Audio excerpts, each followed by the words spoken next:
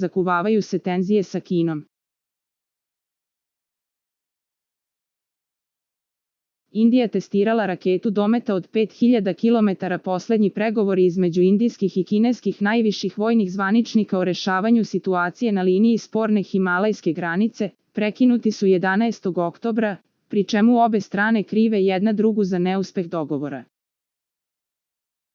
Indija je testirala interkontinentalnu balističku raketu sposobnu da nosi nuklearno oružje dometa od 5000 km sa ostrva u blizini svoje istočne obale, usred rastućih graničnih tenzija sa Kinom.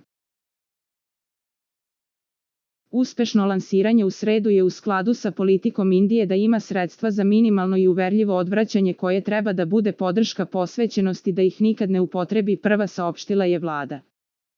Kako se navodi, raketa Agni 5 pala je u Bengalski zaliv sa veoma visokim stepenom preciznosti.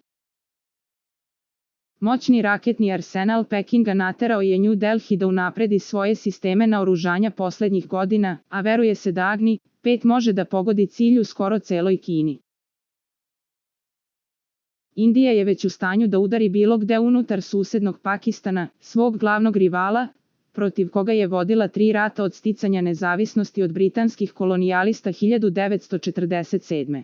Za najnovije vesti iz zemlje i sveta kliknite subscribe, like i zvonce. Svaki dan najnovije vesti, zato nas zapratite.